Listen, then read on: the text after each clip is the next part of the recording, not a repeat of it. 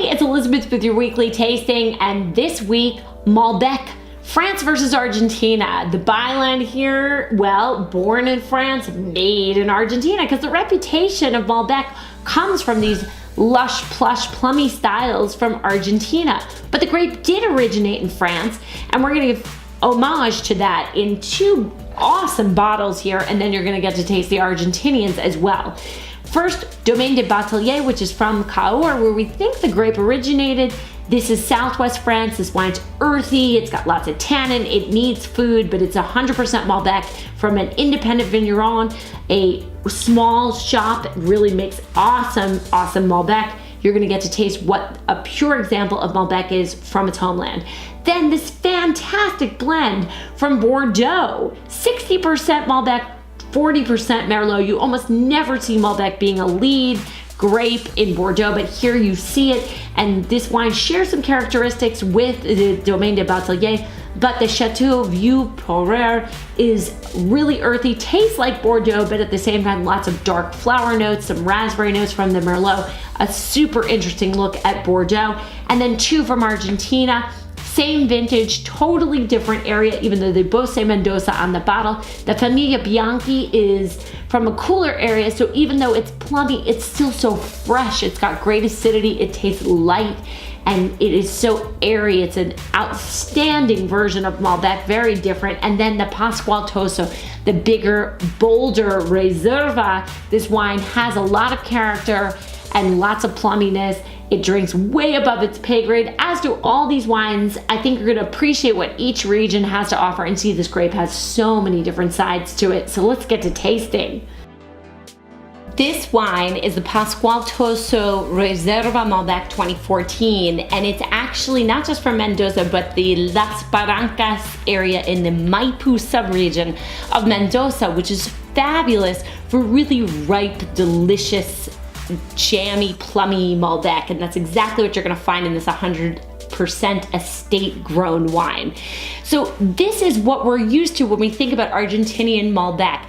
This wine has lots of fruit flavor. It's got all new oak barrels, so 20% French, 80% American oak. That's the opposite of the Famiglia Bianchi, which is lighter style. Totally awesome to contrast these two wines. We look at it on the white piece of paper so we can see the purity of the color. My gosh, this wine is so dark. I mean, it's as dark as all the other Malbecs. Really dark pigmented grape, really thick legs from a little bit of a higher alcohol. And let's take a swirl and a sniff. I mean, it smells a little spicy. It's almost like Christmas cake, if you know what that is. Like, it's got ripe plum and blackberry and all that kind of stuff, but then there's like a sweet vanilla thing and nutmeg, and there's some dried cherry and dried cranberries and mocha, all these things all together. Really a complex wine, a little bit of a brandied note, some woodsiness or pine balsam note, and let's taste it.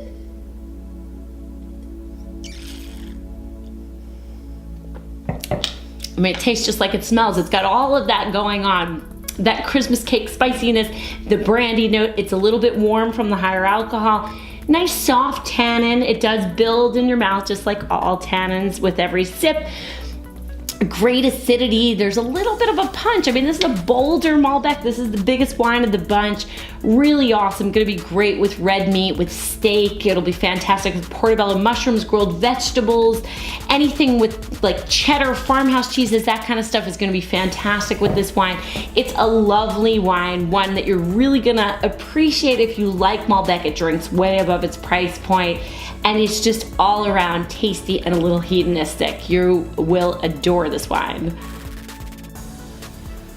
So the Famiglia Bianchi Malbec 2014 is our example of a fresh style Malbec from a cooler area of the Mendoza Valley in Argentina, which is the main place that they grow the Malbec grape. This area is the San Rafael area, and it is just a lot cooler than some of the other Malbecs, so you're gonna get a freshness about this wine that you might not get elsewhere. This wine is super dark in color like all of our Malbecs. That's no different from anything else. It's kind of a dark plum color. Give it a swirl, a sniff. Cinnamon and pepper, like black pepper, black plum and other dark fruits. It's got like a woodsy smoked note from the oak. But it's subtle because it's 80% French oak, which is much subtler, and 20% American oak, that's bolder. But I don't get any of those dill coconut notes that you'd usually get off of American oak. So it smells like it's gonna be pretty bold, but taste it.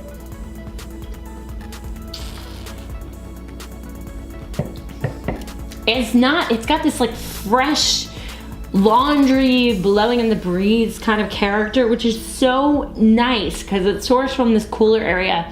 It is better with 30 minutes of decanting, so make sure that you pour it in your glass and let it sit for 30 minutes. But pomegranate, blackberry, plum, cloves, cinnamon, it's just soft, it's fresh, it's got some acidity, it's mouth-watering acidity to keep it bright and fresh. There are tannins there, so it's not flabby, but it has this just really great balance between freshness and fruit, and it's fantastic. I think this would go really well with red meat, frankly. Steak, fajitas, if you're a vegetarian, a black bean burrito or grilled eggplant are gonna go great. Barbecued pork, especially if it's smoky, because you have this smoky note, or even smoked cheeses that go well with this wine. This is a fantastic example of how a fresher style Malbec can be made in Mendoza, and it's so different from all of our other examples, and just a lovely, light and luscious wine. This is an awesome wine. It's a Bordeaux blend that's from the right bank, which is known for making Merlot dominant blends, except that it's mostly Malbec. So it's from this guy, Jean-Luc Sunevant, who his family makes this $100 plus wine from a famous chateau. He bought vineyards just slightly outside of some of the best areas, Saint-Leon, Pomerol, Fronsac. These areas are all really famous. And this vineyard is organically farmed, which is unusual again for Bordeaux. And it's Malbec dominant. So this guy's an indie winemaker. He makes some unusual wines. We have an opportunity to taste this. It's so fantastic. And a great opportunity to see how Malbec acts in Bordeaux, where it used to be the dominant grape, actually. So here it's a little bit lighter than the wine of Cahors, which is the black wine, but still pretty dark. Malbec does tend to be a darker colored grape with pigmented skins. So let's give it a swirl and a sniff. It smells like black tea, and it smells like roses and dark flowers and earth and wet soil. So that interplay of Merlot and Malbec sort of changes the dynamics, makes more floral aromatics and kind of this tea note. And let's taste it.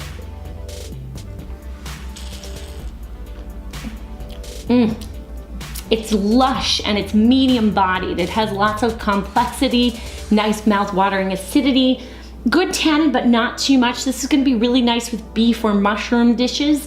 Maybe even a mushroom risotto would be really fantastic with this, soups, those kinds of things.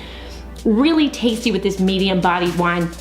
The one tip that I'll tell you is that it tastes much better on the first night. So if you can gather a couple friends around and each have a glass, that's probably better than waiting until the second night when it loses some of these amazing aromatics and tasty, amazing flavors and textures. A fantastic look at Malbec the way that it used to be made in the old world tradition. The Domaine de Bateliers Cahors is our example of the ancestral home or the birthplace of Malbec, because we believe that the grape comes from this area of southwest France, which is just a hop, skip, and a jump away from Bordeaux, where the grape is still used in blends. Now, this is the only place in France where Malbec is treated with lots of respect because it is the main grape in Cahors. It has sometimes a little bit of Tannat or Merlot blended in, but this one is 100%. And here, Cahors makes Malbec that is full, earthy, tannic, and super dark. It used to be called the black wine of Cahors. If we take our light sheet of paper so we can see the purity of the color. Gosh, this wine is dark. It really is black, purple in center. You cannot see your fingers through this wine. It is very dark from all of the pigment and the ripeness in the skin. So let's give it a swirl and we'll give it a sniff. I mean, my challenge to you would be to find any fruit in this on the sniff, because frankly, it's all minerals, it's potting soil. There's some floral component, which maybe you could morph into fruit, but really it is just land. I mean, this is a wine with a real sense of somewhereness, a sense of place. Let's taste it and see if we get more fruit there.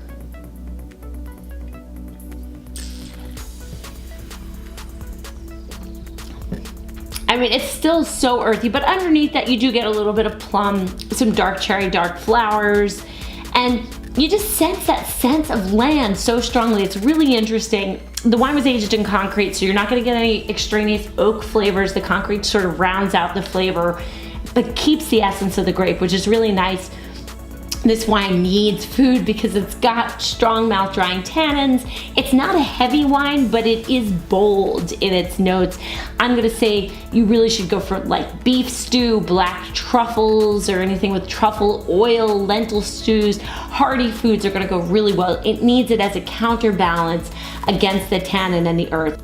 Hey, so that's it. I hope that you enjoyed our look at Malbec, France versus Argentina, and that you learned a lot about this amazing grape and how both the land and the person making the wine have an effect on it. I hope that you give us feedback at help@weeklytasting.com and make sure to check back on Mondays for the next available pack. Cheers to you.